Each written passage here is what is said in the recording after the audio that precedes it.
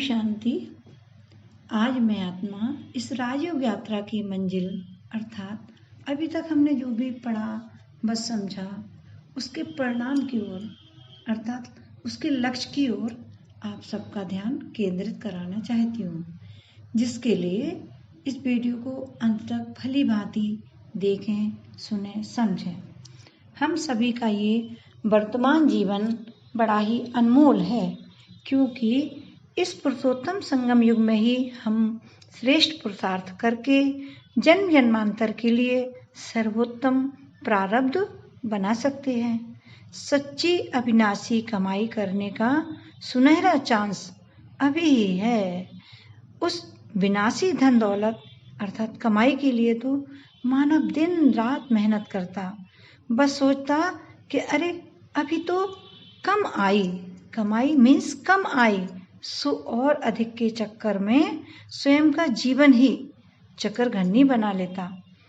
अपनी पेटियां भरने के चक्कर में जाने अनजाने जाने कितनों की पेट पर लात मारने से भी नहीं डरता, ये जानते हुए भी कि इसमें से एक फूटी कौड़ी भी वो अपने साथ ऊपर नहीं ले जा सकता, और ना ही वो अपने लोग जिनके लिए वो आज इस कदर बेईमानी या परेशान होकर जोड़े जा रहा है, कोई भी अंत में उसके साथ चलने को तैयार नहीं होगा। आज चूंकि मनुष्य को अपने जीवन का लक्ष्य ही नहीं मालूम, तो इस कारण वह और अधिक विकारों में ही समय, श्वास, संकल्प, शक्ति सब कुछ गवा रहा है। आज वह लौकिक शिक्षा द्वारा वकील, डॉक्टर, इंजीनियर, कमिश्नर आदि बनने का पुरुषार्थ कर रहा है। कोई नेता अभिनेता या साधु सन्यासी भी बन जाता, परंतु पूर्ण रूपेण सुखी यहाँ कोई नहीं। कोई तन से, मन से, धन से, कोई जन से या प्रकृति के द्वारा दुखी अर्थात पीड़ा उठा रहा है। अब इन सब दुखों से मुक्ति व हमें हमारे लक्ष्य की प्राप्ति कोई भी देहधारी तो करा नहीं सकता।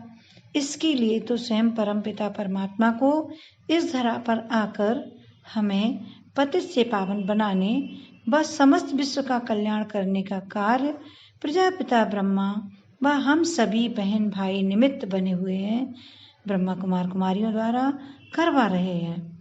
अतः हम लोगों को घर गृहस्थ में रहते हुए अपना कार्य धंधा संभालते हुए प्रतिदिन 1-2 घंटे निकाल कर भी अपने भावी जन्म जन्मांतर के लिए इस सर्वोत्तम सहज शिक्षा को प्राप्त करना चाहिए। इस विद्या की प्राप्ति के लिए कुछ भी खर्च करने की आवश्यकता नहीं। उन लौकिक शिक्षा व विद्यालयों की तरह यहाँ कोई फीस पर रिश्वत नहीं चलता। इसे तो निर्धन, बूढ़ा, बड़ा, बच्चे कोई भी प्राप्त कर अपना सौभाग्य बना सकते हैं। अतः हम परमात्मा की श्रीमत पर चल इस देव पद की अर्थात लक्ष्मी नारायण जैसा बनने की प्राप्ति अभी कर सकते हैं। आत्मा पर जो चढ़े जन्मों जन्म की इस मैल को निकालने के लिए भगवान ने हमें इतना सुंदर लक्ष्य जीवन का अर्थात लक्ष्य सोप नहाने का साबुन, जिससे कि हम फिर रोज रोज नहाकर अर्थात ज्ञान गंगा में डुबकी लगाकर पुनः गोरे अर्थात पावन बनते हैं। इस श्रेष्ठ वर्तमान जीवन को हम राजयोग की शिक्षा द्वारा अत्यंत सहज व कमल पुष्प समान सुंदर बना सकते हैं। आज मनुष्य इस हद तक गिर गया है कि वफादारी व विश्वसनीयता जैसे तो मजाक लगता है। नैतिक मूल्यों की तो परिभाषा ही सब भूल चुके हैं। कार्यालय हो या व्यवसाय, घर हो या रसोई, अब हर जगह परस्पर संबंधों को सुधारने, स्वयं को उसमें ढालने एवं मिलजुल कर चलने की बहुत ज़रूरत है। अपनी स्थिति को निर्दोष, संतुलित व मनोबल बढ़ाने के लिए योग बहुत ही सहायक सिद्ध होता है। हम लोग अर्थात ब्रह्मा कुमार कुमारी दूसरों को भी शांति का मार्ग दर्शाना एक सेवा अथवा अपना कर्तव्य समझते हैं। शांति पवित्र जीवन का फल है, जिसके लिए परमपिता परमात्मा का परिचय व उनसे मिलन यानी योग की विधि इस राजयोग की शिक्षा द्वारा हमने आप तक पहुंचाने की कोशिश की। मैं अपने व्यक्तिगत अनुभवों के आधार पर यह कह रही हूँ। इससे परिवार सुव्यवस्थित, स्नेही व संगठित हो जाता है। कमल के फूल की तो विशेषता ही यही है कि वह जल में रहते हुए भी जल से न्यारा होकर रहता है, सभी का प्यारा बनता है। इसी प्रकार हमें भी इस संसार रूपी कीचड़ में अपने संबंधियों आदि के बीच रहते हुए भी उनसे न्यारा अर्थात मोहजीत होकर के रहना चाहिए। जो लोग कहते कि गृहस्थ में यह असंभव है, तो उनके सामने हमारे जैसे हजारों उदाहरण मिलेंगे जो गृहस्थ में रहते भी कमल फूल समान पवित्र एवं योगी जीवन जीते हैं। अस्पताल में नर्स को देखो, अनेकों को संभालते हुए भी वह उनसे मोह रहित रहती है। स्वयं को उस निमित्त यानी ट्रस्टी समझकर करावन हार कर रहा है, इस स्मृति से सब कुछ सहज हो जाता है। एक न्यायाधीश भी तो खुशी या गमी के निर्णय को जब सुनाता है, परंतु वह स्वयं उनके प्रभावाधीन नहीं होता। अतः हमें भी साक्षी दृष्टा की सीट पर सेट हो ड्रामा के हर सीन को देखना चाहिए, जिसके लिए यह राजयोग शिक्षा बहुत ही आवश्यक है। राजयोग का मुख्य आधार ही हमारी मन स्थिति है।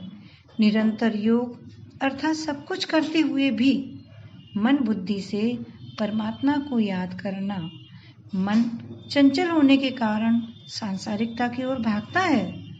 शुरू में परेशानी आती है, लेकिन अभ्यास करते रहने से वह भी एकाग्र हो जाता है।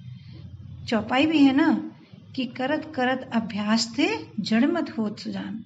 आज मन कितना भी चंचल मत वाला हो, लेकिन उसको अगर लक्ष्य या दिशा दे दी जाए तो वह भी एकाग्र हो जाता है। अतः देह सहित देह के सर्व संबंधों को भूलकर आत्मस्वरूप में स्थित हो बुद्धि में ज्योतिर्बिंदु शिव परमात्मा की स्नेह युक्त स्मृति में रहना ही वास्तविक योग है। कई मनुष्य हठ, तप, प्राणायाम आदि को योग समझकर कहते अरे ये तो बहुत कठिन है, लेकिन ये सब तो योगा है जो कि शरीर की फिटनेस के लिए होते हैं। योग तो बहुत ही सहज है। जैसे कि एक बच्चे को अपने देहधारी पिता की सहज और स्वतः याद रहती है। बार बार नहीं बताना पड़ता कि वो पिता है, बस संबंधों की रस्ता आपस में आ जाती है तो फिर स्वतः याद रहती है।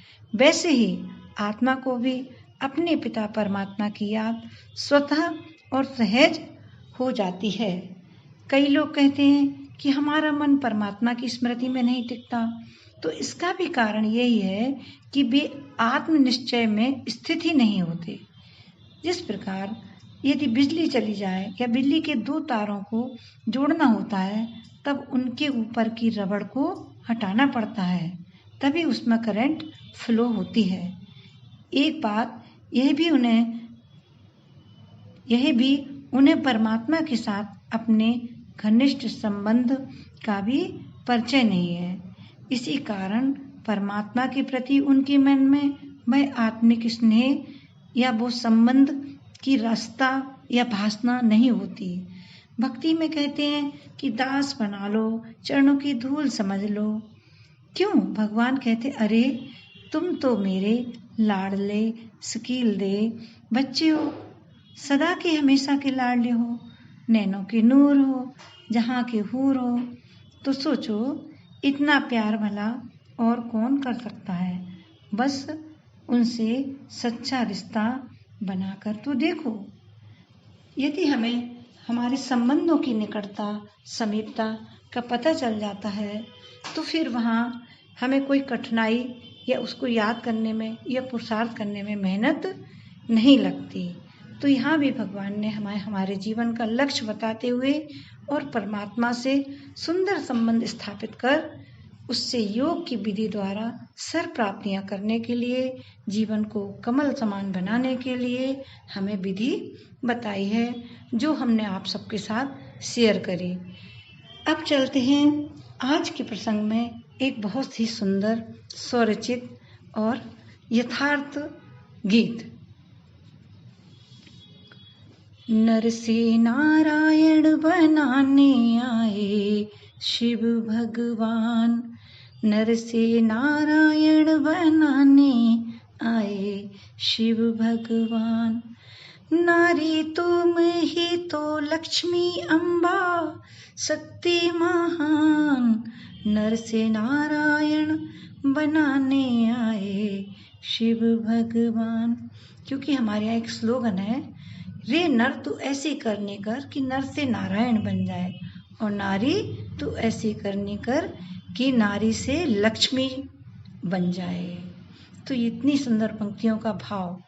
नर से नारायण बनाने आए शिव भगवान, नारी तू में ही तो लक्ष्मी अम्बा शक्ति महान, नर से नारायण बनाने आए शिव भगवान। अब भगवान हमें याद दिला रहे हैं कि हमने कौन सी गलती की। 84 के चक्र में तुम भूल गए हो खुद को, 84 के चक्र में तुम भूल गए हो खुद को। आदि में तुम ही थे पूज थी आत्म स्मृति सबको। हम ही पूज पद अर्थात देव थे, लेकिन हम आज अपने को शरीर समझ बैठे हैं। आदि में तुम थे पूज थी आत्म स्मृति सबको, अंतिम घड़ियां हैं संगम की मिली अब पहचान, अंतिम घड़ियां हैं संगम की मिली अब पहचान। नारी तो में ही तो लक्ष्मी अम्बा शक्ति महान, नर से नारायण बनाने आए शिव भगवान। मुझको ही पुकारा सबने कह कह ऊपर वाले, मुझको ही पुकारा सबने कह कर ऊपर वाले। फिर कहते कभी अंतर्यामी सबके तुम रखवाले, फिर कहते कभी अंतर्यामी सबके तुम रखवाले। और मुझे कण कण में कहे ना समझ नादान। बेचारे इतना भी नहीं समझते कि परमात्मा कण स्वरूप है, पर कण कण में नहीं।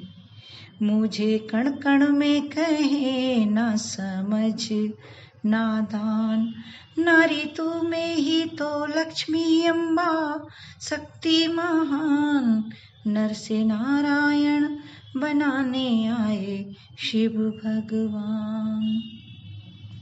देवों और परमात्मा में तुम्हें भेद समझ ना आए। कहते हैं राम भी भगवान है, कृष्ण भी भगवान है, विष्णु भी भगवान है। अरे वो देव हैं, शरीरधारी है, और परमात्मा शक्ति है। इसलिए भगवान बता रहे हैं, देवों और परमात्मा में तुम्हें भेद समझ ना आए, फिर भी जिस भाव से पूजा चाहा दर्शन फल भी कराए। भगवान कहते तुमने अपना इष्ट समझकर मुझको जिस रूप में भी पूजा, मैंने तुमको उसके बदले में तुम्हारी भक्ति का फल दिया है। जिस भाव से चाहा पूजा दर्शन फल भी कराए, सारे भरम मिटाने आए सर्वशक्तिवान, सारे भरम मिटाने आए सर्वशक्तिवान। नारी तो में ही तो लक्ष्मी अम्बा शक्ति महान, नर को नर से नारायण बनाने आए शिव भगवान। अब आज के समाज में नारी शक्ति की क्या इज्जत हो गई, क्या दुर्दशा हो रही है, उसके ऊपर देखिए कितनी सुंदर पंक्तियां। जिसको ऋषि मुनियों ने कहा नारी नरक का द्वार, जिसको ऋषि मुनियों ने कहा नारी नरक का द्वार, उस संयम नहीं था खुद पर और दिया उसको ही दुत्कार, संयम नहीं था खुद पर सो दिया उसको ही दुत्कार। जिस तरह कहते हैं कि शकुंतला अपनी पति की याद में बैठी थी तो उसने दुर्वासा ऋषि के आगमन पर उनको प्रणाम नहीं किया तो दुर्वासा ने उसे श्राप दे दिया था। ऐसे अहिल्या को भी श्रापित हुई थी।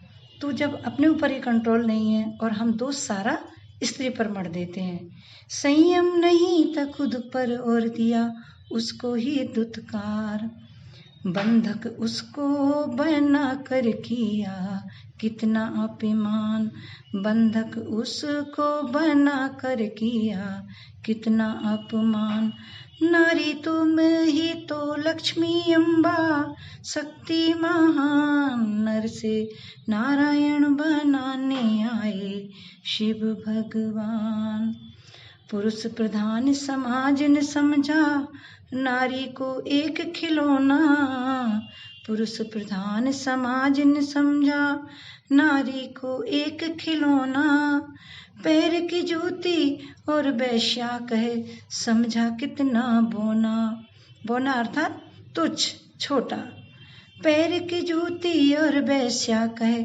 समझा कितना बोना, बेचारी बन के करती रही सब कुर्बान।